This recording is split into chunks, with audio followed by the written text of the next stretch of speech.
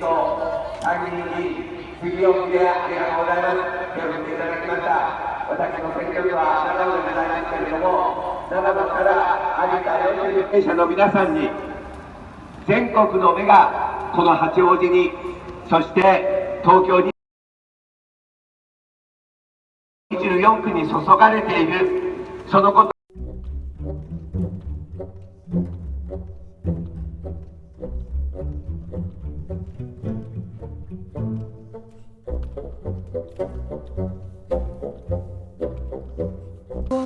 WhatsApp नमस्कार, I am Chris here in Tokyo और Indian Chris कोनिचिवा में आप सभी का बहुत बहुत स्वागत है। और आज का वीडियो टॉपिक्स है प्रजातांत्रिक महाउत्सव, जो कि इंफॉर्मेटिव होने वाला है। मैं समझता हूँ कि आप सबों को बहुत पसंद आएगा। तो चलिए वीडियो शुरू करते हैं। मेरे अपने शब्दों में प्रजातांत्रिक देशों में चुनाव एक महापर्व है, जिसमें ना जाति, ना धर्म, ना गरीब, ना अमीर, ना लंगड़ा, ना लूल्हा और ना ही स्त्री और पुरुष देखा जाता है। सभी का मान्यता एक ही होता है और एक अमीर का वोट काउंटिंग में जितना वैल्यू होता है, उतना ही एक गरीब का वोट काउंटिंग में वैल्यू होता है। तो चलिए दूसरे देशों में वोटिंग कैसे किया जाता है, क्या सिस्टम है। विशेषकर मैं जापान में लंबे अरसों से रह रहा हूँ और जो देखा हूँ, सुना हूँ, वो शेयर करने की कोशिश करता हूँ। इस बार जापान का जनरल इलेक्शन बहुत ही कम समय, इन शॉर्टेस्ट पीरियड में संपन्न किया गया।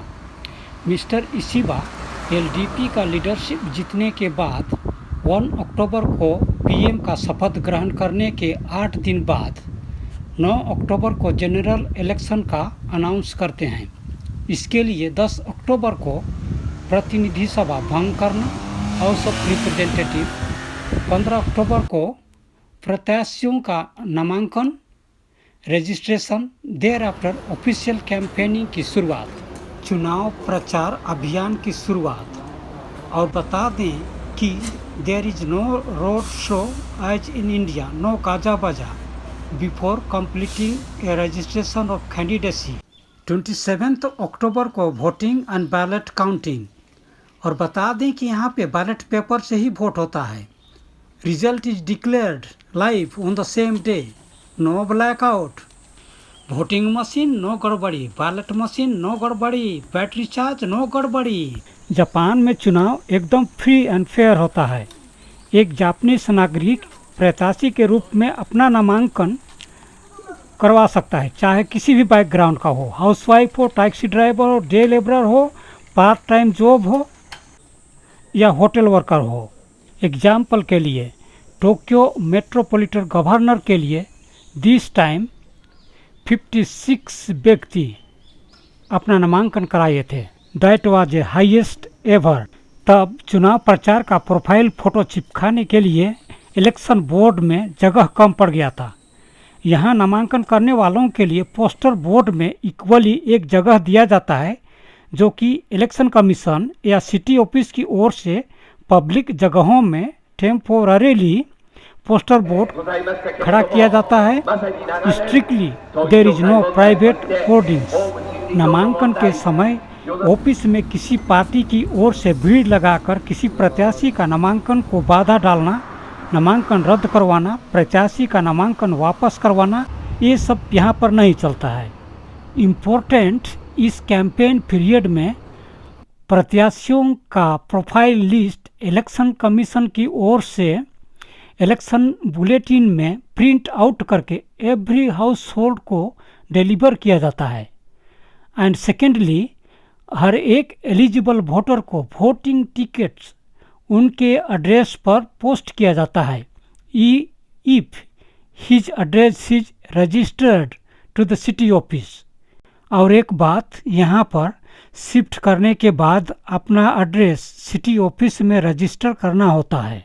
और याद कीजिए कि नामांकन के बाद जगह जगह चुनाव प्रचार का मेला आयोजन शुरू हो जाता है और प्रत्याशी मुख्य सेलर बनकर मिठाई और गिफ्ट के बदले अपना पॉलिसी और पार्टी का पॉलिसी आम जनता को अपने भाषण के द्वारा बांटता है। और बताना चाहेंगे कि यहाँ का chief justice of the supreme court, सर्वोच्च न्यायालय का मुख्य न्यायाधीश चुनाव के द्वारा होता है in the same general election, इसलिए वे भी अपना उम्मीदवार नामांकन करवाते हैं। इसके लिए एक और देश है, Mexico is to become the world only country to allow all voters to choose all judges at every level.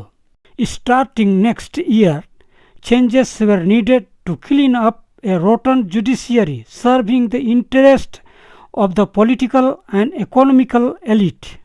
इस बार का चुनाव इलेक्शन में नामांकन के लिए प्राइम मिनिस्टर इस बार घोषणा कर दिए थे कि पार्टी एथिक अथवा पॉलिटिकल फंड कंट्रोल एक्ट को भंग करने वाले लॉ मेकर्स को पार्टी की ओर से टिकट नहीं दिया जाएगा। Party will not endorse them. कुछ लॉ मेकर्स अपना पॉलिटिकल फंड इनकम और एक्सपेंडिचर डिटेल रिकॉर्डिंग में भ्रष्ट पाए गए थे। इसके लिए हेवियर और लाइटर पनिशमेंट दिया गया था जो जैसे अकाउंटेबल थे। पनिशमेंट में पार्टी से निकालना, नो एंडोर्समेंट, 1 साल तक मेंबरशिप रद्द, अपना मंत्रालय से इस्तीफा इत्यादि। और तो और यहाँ पर मोदी वॉशिंग मशीन काम नहीं करता है भाई। Political fund covers survey, research, public relations and accommodation. याद रखें कि ये इलेक्शन बॉन्ड नहीं है।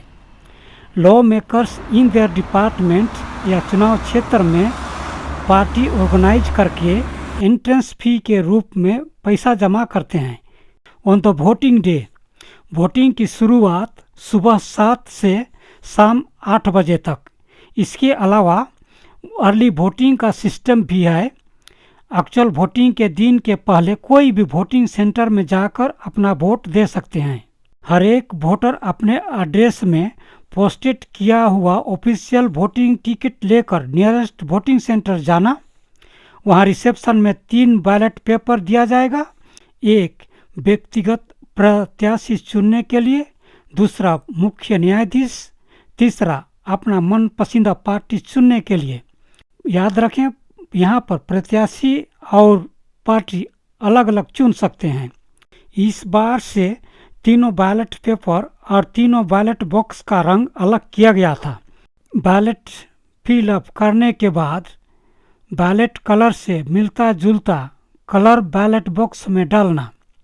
इस बार का रंग सिल्वर प्रत्याशी के लिए, ग्रीन चीफ जस्टिस और पिंक अपना मनपसंद पार्टी चुनने के लिए था। और जैसे ही वोटिंग टाइम एट 8 क्लोज होता है वैसे ही काउंटिंग शुरू होता है। And there and then winner is declared live, all confirmed, no wasting time. Lottery ही समझिए, हिट किया तो मालमाल, नहीं तो see you after 5 years। Bye bye, take care. If you like, channel को सब्सक्राइब कीजिएगा। चलिए मिलते हैं किसी दूसरे वीडियो में, तब तक के लिए अपना ख्याल रखिएगा।